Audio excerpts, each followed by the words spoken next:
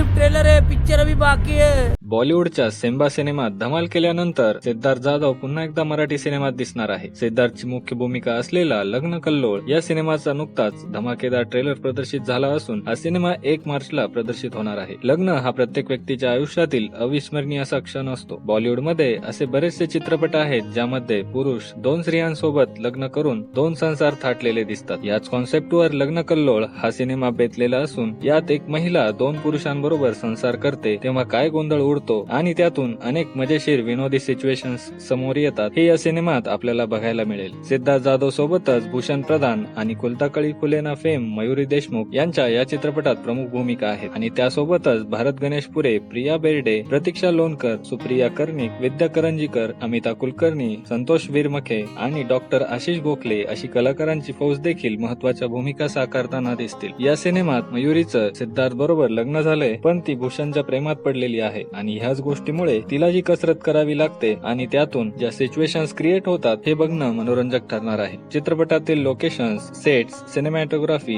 चांगली असून विनोदी सिच्युएशन्स मुळे आपल्याला नक्कीच पोट धरून हसू येईल। लग्न या विषयावर आधारित एक आगळीवेगळी गमतीशीर पण तेवढीच गंभीर कथा असलेला लग्न कल्लोळ हा चित्रपट प्रेक्षकांचं नक्कीच मनोरंजन करेल यात शंका नाही। तुम्हाला या सिनेमाचा ट्रेलर कसा वाटला ते आम्हाला कमेंट मध्ये नक्की कळवा आणि अशाच नवनवीन अपडेट्ससाठी या चॅनलला सबस्क्राईब करा।